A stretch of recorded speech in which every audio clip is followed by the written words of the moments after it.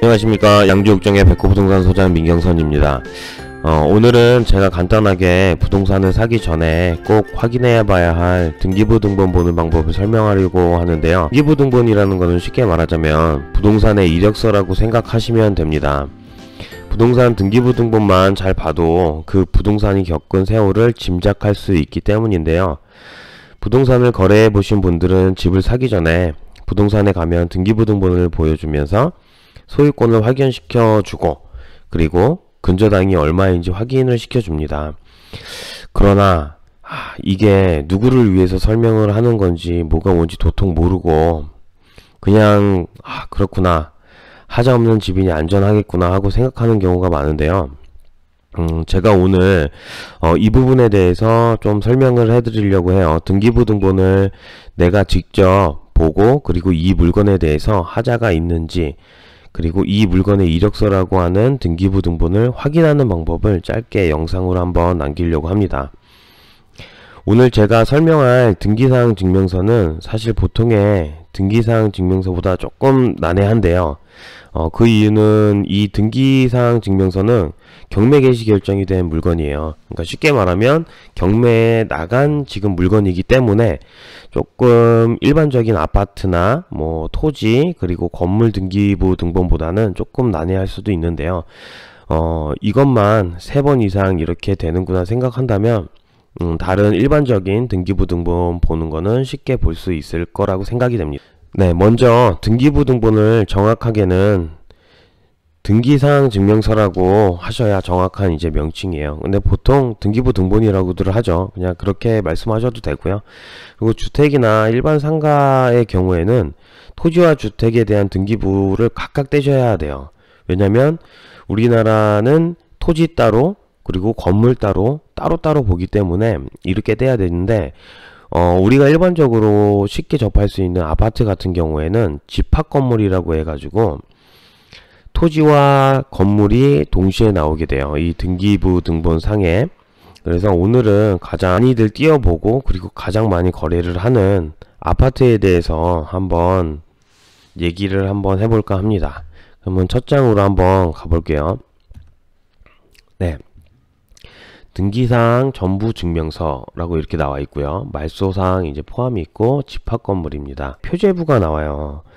표제부가 나오는데 이렇게 막 빨간 줄이 그어져 있는 거를 이제 볼 수 있으세요. 네, 이렇게 빨간 줄로 이제 표시된 부분은 말소되었다고 생각하시면 돼요. 그리고 또 다르게 설명을 하자면 이미 사건이 매듭이 지어졌다고 이제 생각하시면 되고요. 먼저 등기부 등본을 보면 표제부, 갑구, 을구 이렇게 나눠져요. 네, 표제부가 있고요. 다음 장 보시면 이게 전부 다 이제 표제부예요. 표제부고, 표제부는 해당 건물의 정보를 알려주는 거예요. 임대차 할 때는 크게 신경 쓸 거는 없는데 매매 시에는 해당 건축물이 어떤 내용인지 알아야 되기 때문에 꼭 한번 확인해 봐야 되는데요. 보시면 이제 접수 일자가 나오고요. 그리고 건물 내역이 나오는데, 건물 내역에서는 이제 철근 콘크리트 구조로 돼 갖고 이제 84.96제곱미터가 나와 있어요. 이건 이제 전용 면적이라고 생각하시면 돼요. 공급 면적이 아니라 전용 면적. 그러니까 우리가 일반적으로 생각하는 34평형이 되겠죠, 84 같은 경우에. 그리고 집합 건물 같은 경우에는 대지권에 이제 표시라고 해서 대지권 이제 비율이라는 게 나와요. 요즘에 이제 재개발이나 이제 재건축 단지들을 많이 보시게 되면 이 대지권 비율이 가장 높은 게 권리가액을 많이 받게 돼요. 그러니까 내가 이 넓은 땅에서 얼마만큼의 비율에 대한 땅 일부를 내가 갖고 있는 거예요, 이 아파트를 소유함으로써. 그래서 이렇게 대지권에 이제 표시가 나와 있고요. 그리고 표제부 다음에 이제 갑구가 나옵니다. 갑구에는 보다시피 소유권에 관한 사항이 적혀져 있어요.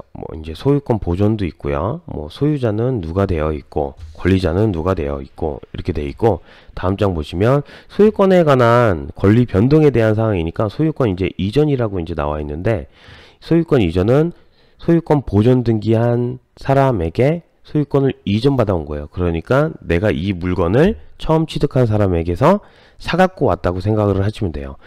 그리고 각구에는 압류라든지 가압류, 경매 개시 결정, 가등기, 같이 이제 집주인 입장에서 봤을 때 소유권에 관련되거나 침해받은 내용이 기재되었다고 보시면 되고요. 소유권에 대한 사항이 나와 있으면 뭔가 갑구에 많이 적혀 있다 그러면 이 사람 신용에 문제가 있다고 봐도 사실 조금 무관해요. 그래서 다시 한번 말씀드리자면 소유권 보존이라는 거는 제일 처음 이 건물을 취득한 사람이고요. 그리고 소유권 이전이라는 거는 어떤 사람에게서 내가 소유권을 갖고 왔다 이렇게 이제 생각되시면 돼요. 그럼 제가 소유권 이전이 등기 원인이 이제 2004년 9월 30일 날, 그러니까 계약 날이에요. 그리고 접수일자는 2006년 12월 18일인데 이때 이제 등기 접수가 된 거예요. 등기 접수가 되고 2-1 등기 명기인 표시 변경이라고 하는 거는 이 소유자의 주소가 다른 주소로 이제 변경이 됐다는 거예요. 그렇게 생각하시면 되고요.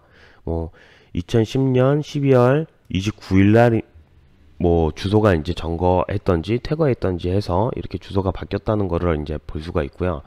그리고 또다시 이제 바뀌었어요. 2-2에서 또다시 이제 바뀐 거를 알 수가 있어요. 네, 세종특별자치시로 또 점거가 됐고, 그리고 2014년도 10월 28일 날 또 한 번의 소유권 이전이 발생됐어요.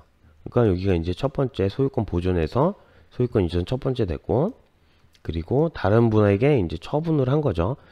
등기 원인은 이제 매매고 이날 이제 등기 접수가 됐다는 걸 알 수 있어요. 그러면 소유자 땡땡땡 이렇게 나오고 소유자의 주소가 이렇게 나옵니다. 그리고 요즘에는 실가 신고를 하기 때문에 이렇게 거래가액이 나와요. 2억 3천에 2014년 10월 28일 날 등기 접수된 게 2억 3천에 이 아파트에 대해 하는 거를 알 수 있어요. 네, 그리고 이 3-1은 3에 속한 가지라고 생각하시면 돼요. 3에 속한 가지인데 3-1은 등기 명의 표시 변경이라고 또 나와 있잖아요. 그러니까 이 3번에 대한 소유권의 성함을 갖고 있는 사람이 다른 데로 또 이사를 가신 거예요.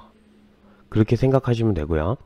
그리고 이 소유권의 갑구에 지금 가압류라고 이게 나와 있는 줄로 거져 있는데 이거 같은 경우에는 이 사건에 대해서 지금 전부 다 사건 해결이 됐다는 거를 이제 뜻하고요.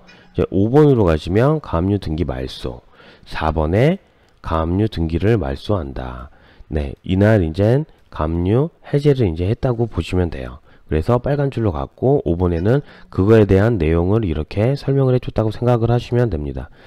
6번 같은 경우부터 계속 이제 압류가 걸려 있죠. 네, 접수일자, 등기원인, 접수일자, 등기원일 이렇게 해서 압류인데 권리자가 이제 나와 있어요. 왜 이제 압류를 걸었는지, 어디에서 걸었는지 볼 수 있는 권리자 및 기타 사항입니다. 국민건강보험공단에서 압류를 걸었고, 그리고 권리자는 이제 국가에서 이제 세무서에서 압류 당한 거예요. 그러니까 이 등기부 등본을 이제 보시면 이렇게 이력서가 나오는데 2015년 그리고 2014년부터 이렇게 조금 사정에 압박을 받았다고 딱 느낄 수가 있어요. 2014, 15, 16, 16년부터 이렇게 압박을 받았다고 알 수 있고, 그리고 이제 9번을 보시면 임의경매 개시 결정이라고 해갖고 좀 채권자는 흥국생명보험 주식회사로 이제 되어 있어요.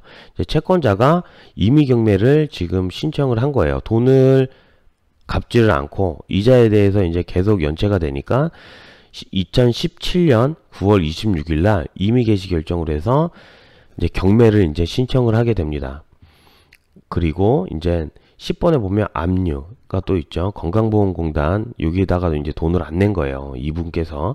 그래서 이렇게 소유권에 관한 사항을 보시면 그리고 소유자에 대한 자금 상태를 한번 볼 수 있게 되는 그런 자료라고 생각을 하시면 돼요.